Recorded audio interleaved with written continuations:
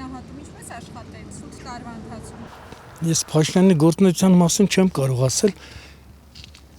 Լավ բան ես չեմ զգացել իմ ասենք առօրյայի վրա, ոնց կամ։ Վարչապետը պետք է շատ պատրաստված մարդ լինի, շատ գործունյա, շատ գիտուն, ժողովրդի մասին մտածող, որ մարդիկ գործ ունենան, լավ վարձատրվեն, մանկավարժը լավ վարձատրվի, բժիշկը լավ վարձատրվի, որ ինքը բժիշկը կապ չունենա հիվանդի գումարի հետ, կարողանա հոգով տարվի իր գործին, եւ մանկավարժը, եւ բժիշկը։ Ես ինքս մանկավարժ եմ, աշխատում եմ մշակույթի տուն, ես 50 տարի։ Դնում եք ինչքան սիրուն մշակույթ է, չէ՞ ստեղ, բա որ մեջը մտնեք ինչքան լավն է։ Ձեր կարծիքով ով արել էս գործը։ Կարեն եւ Սամվել Կարապետյան եղբայրները։ Առաջ էս մշակույթի տունը հաջողում էին մի 10 երեխա։ Իսկ վերանորոգումից հետո, երբ որ կարգավորվել է, արդեն 300 երեխայից ավել հաջողում են ստեղ։ Ինչքան լավ է մեր շրջանի համար, երեխաներ են դաստիարակվում, երեխաներ են կրթվում։ Սա մեծ գործ է։ Սա բարի գործ է։ Եթե մեր Հայաստանում մեր Սամվելի նման ասենք մի քանի լավ տենց մտածելակերպ ունեցող մարդիկ լինեին, մեր Հայաստանը էլ ավելի լավ կծաղկեր։ Էլ ավելի լավ կծաղկեր։ Այս ինչ որ տենում եք, հələ նայեք ստեղ, այս ծրվոտի տակ, սա արել են Սամվել եւ Կարեն Կարապետյան եղբայրները։ Գերդաստան, որը մարդկության համար շատ պիտանի գերդաստան։ Իրանք բոլորիս հոգսերին ուշադիր են եղել։ Այն մութ ու ցուրտ տարիներին, որ մարդիկ գազ չունեին, վառելիք չունեին, հաց չունեին, հազարավոր ընտանիքներ Սամվելը տարավ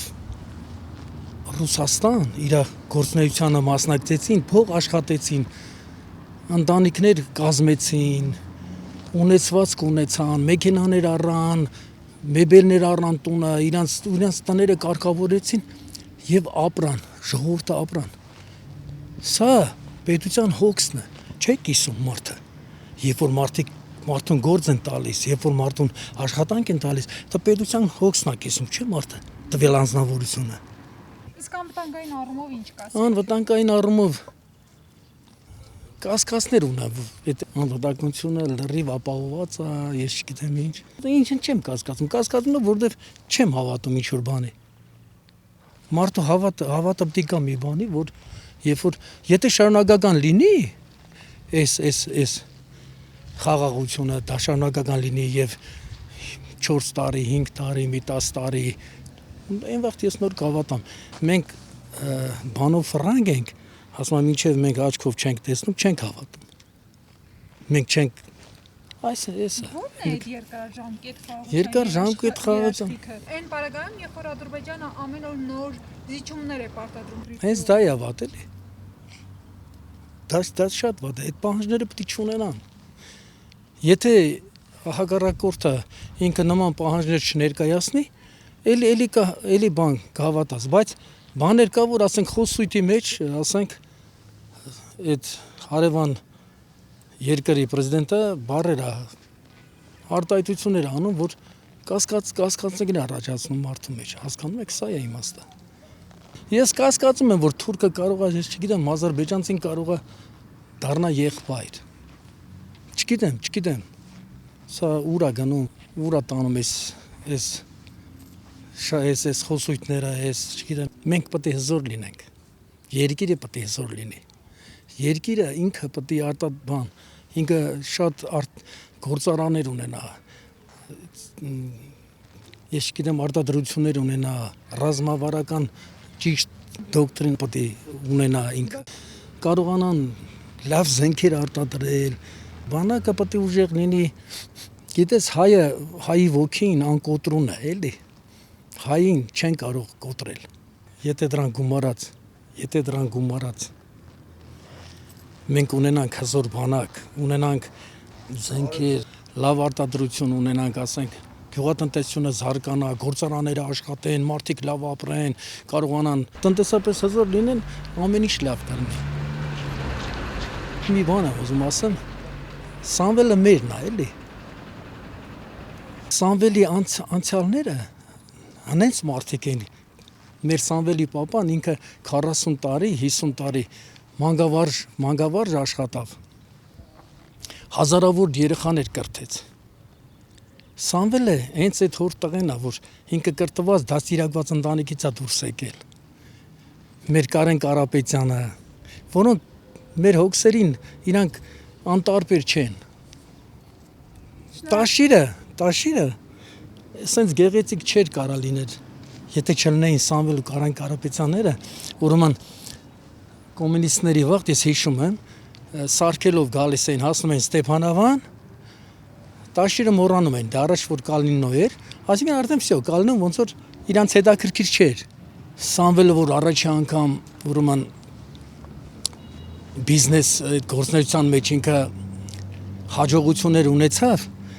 իմ մտքով անցավ, որ էսա կգա պապայի տունը լավ կսարքի, ճոխ բանկ, մի մեծ տներ կառուցի, սիրուն, բայց Սամվելը եկավ Տաշիր, առաջ իր այդ շինարարական քարը որ դրեց, նա եկեղեցի կառուցեց, եկեղեցու քարը դրեց։ Ու տենց գյուղում, Լեռնովի գյուղում, մեր գյուղում, ես Սամվելի գյուղից եմ, ուրեմն այդ կարճադոշ սար ունենք, դրա վրա եկեղեցի սարքեց։ Ուրեմն շատ հին եկեղեցի ունենք, այդտեղ գերեզմանոցներ կա, այդտեղ հին եկեղեցի է, 250-270 տարեկան, երևի ավելի 2 դար ու անց, 3 դար, հա։ Այդ այնքան սիրուն են կառուցել, վերակառուցել են, շատ սիրուն սարքել են, գեղեցիկ, շատ գեղեցիկ։ Սամվելը աստվածապաշտ է, նա եկեղեցապաշտ է։ Եթե Սամվելն ասում է, որ Սամվելը որ արտահայտվում է, ես կանգնելու եմ եկեղեցու կողքին, ժողովրդի կողքին, դա իրականություն է։ Դա ինքը իրականություն է, աղջիկ ջան։ Սամվելի արածը դարերով կմնա։ Եթե դարը մի հատ Սամվել ծնվի, սա մեր օգուտն է, սա Հայաստանի պարծանքն է։ Հիմա ես դատավարություն էլ գիտեք ինչ, ես դատավարություն ուղղակի ես առաջի օրերը որ լսեցի, որ սենց հարցեր է առաջացել, որ Սամվելին ինչ որ կալանավորել են բանման, ես ինքս արտասվել եմ, էլի, նման հզոր մարդուն, նման լավ մարդուն կալանավորել չի կարելի, սիրուն բան չի, գիտես ինչ, եւ աղջիկ ջան, մի բան ասեմ, ամենավատ աշխարհում ամենավատը դա երախտամոռությունն է, գիտես, երբ որ մարդը անում է, լավ բաներ անում է, եւ այդ մարդու արածը դու անտեսում ես, գցում ես ջուրը տանում է, չի կարելի աղջիկ ջան, սա ամենավատ բանն է, մարդը պետք է երախտամոռ չլինի կյանքում։